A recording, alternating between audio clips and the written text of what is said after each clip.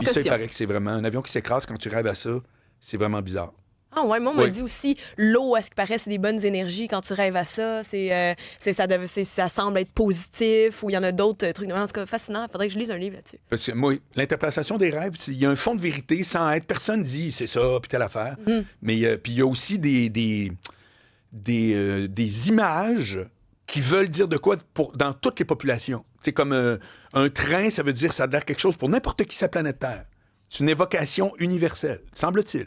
Hey, je trouve ça, c'est ésotérique, mais... Ésotérique, tu parles d'ésotérisme avec... Tu penses c'est quoi l'autre sujet, d'après toi, là? Le sexe, l'ésotérisme, l'argent, c'est... David Proulx. Oui. Toi, franchement...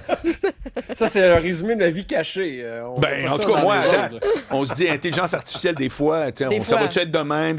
Il y a un peu d'ésotérisme. Mais quand ils pensent pas à ça... Oui. Écoute, aujourd'hui, vous déciderez si je suis possédé par un esprit parce que je vais dire de belles choses de Donald Trump. Et là là! On a le droit en ondes, on n'est pas à Radio-Canada, fait que j'ai le droit de dire des belles choses ici. T'as le droit de dire ce liberté que de tu parole. veux. Oui, absolument. Bon. Écoutez, habituellement, je choisis mon sujet le matin, mais hier, en fin de journée, quand j'ai terminé de lire le document, le Executive Order, Winning the t'as Race. lu ça? Très fort.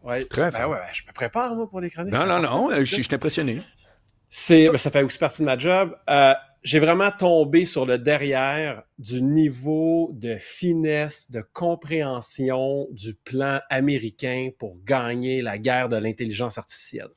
L'administration, je ne vais pas dire Donald Trump, je vais dire l'administration, ça passe mieux, là. L'administration comprend super bien les enjeux. Ils ont un plan. Puis tu sais, en 2016, là, ils disaient « Drill, baby, drill! » Oui. Ben là, maintenant, et c'est écrit noir sur blanc, Build, baby, build. OK. Donc, l'idée, c'est qu'ils viennent d'ouvrir la voûte, le financement, un effort de guerre pour devenir les leaders en intelligence artificielle.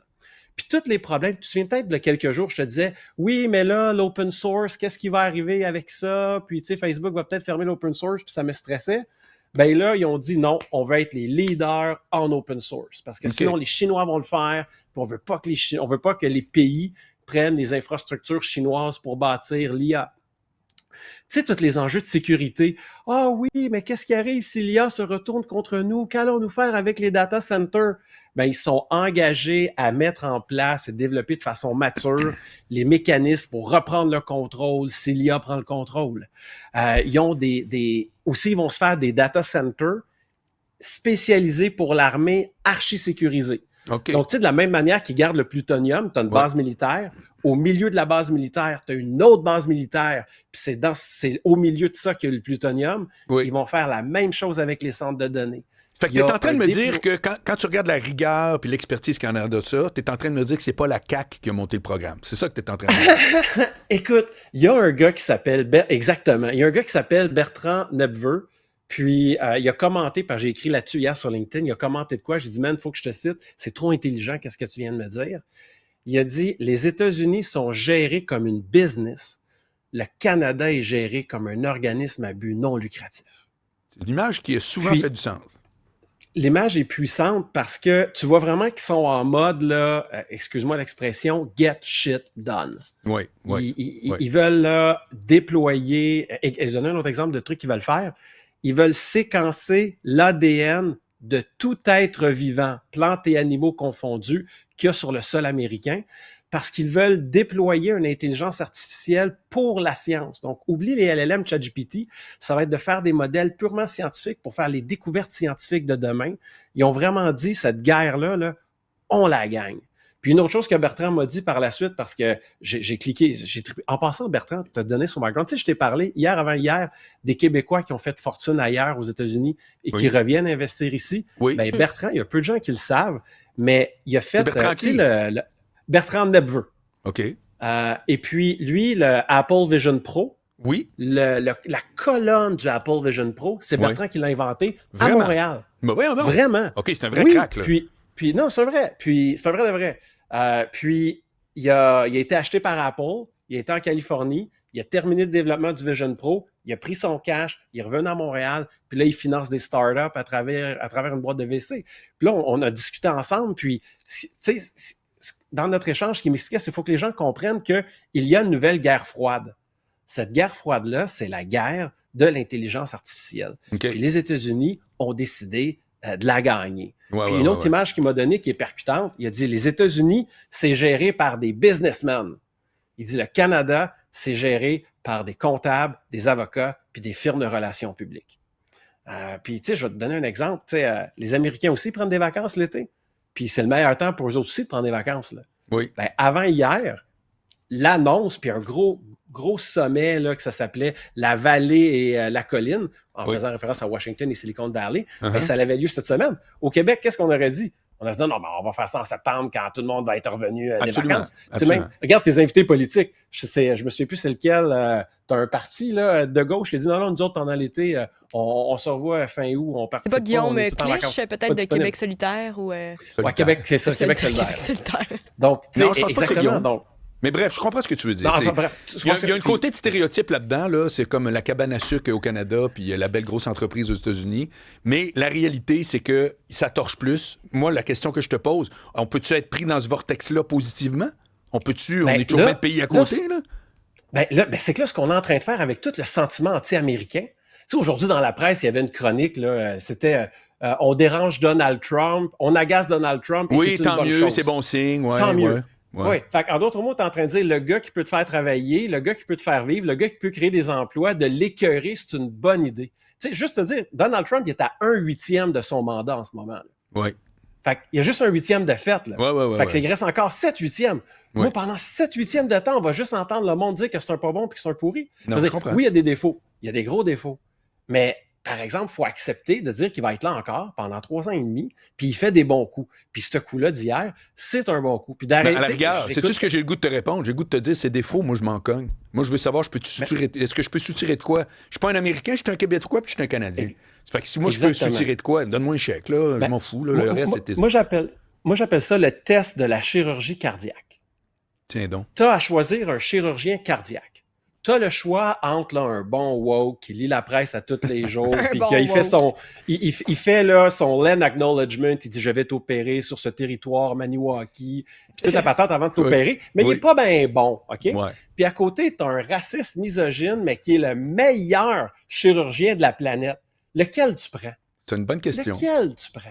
Le témoin de Jéhovah dirait ni un ni l'autre. Moi, je veux mourir. C'est ça, moi, je meurs. Ouais, c'est trop tard Dieu, là, choisi pour moi. Il faut arrêter, tu sais, l'expression mordre la main qui nous nourrit.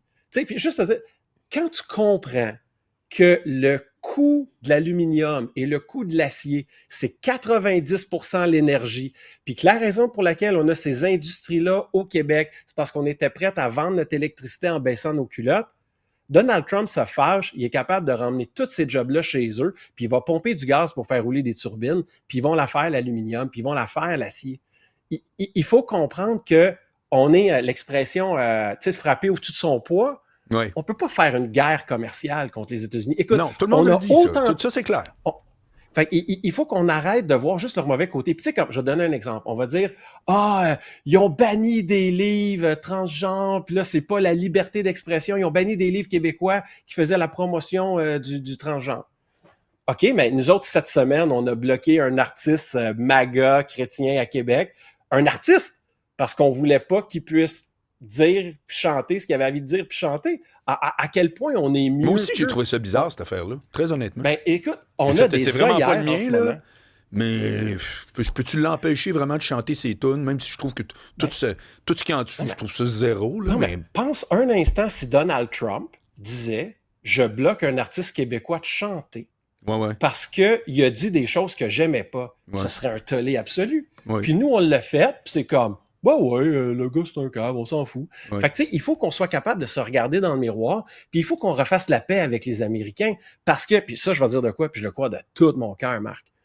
Si on n'embrasse pas l'intelligence artificielle pour les gains de productivité, on va devenir une nation du tiers-monde.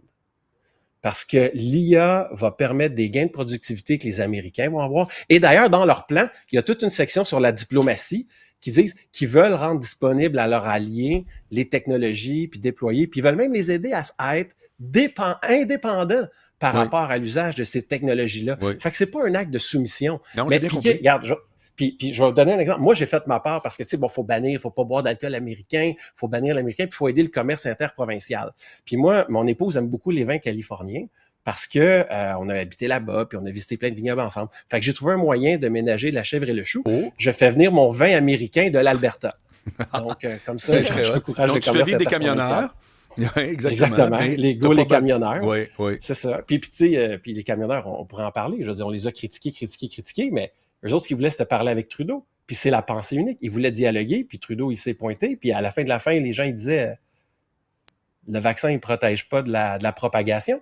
Puis ils voulaient juste se faire entendre. Ils se faisaient enlever leur gagne-pain. Man, sur celle-là, tu me convaincs. Non, sur celle-là, tu me convaincras pas. Là. Moi, toute la gang de troqueurs, zéro, je retiens rien. Ils s'en vont là. Hey, je te dis que si c'était passé dans ta cour, tu aurais trouvé ça très, très rigolo de voir des gens qui veulent juste jaser à ma femme, voir la couleur des murs.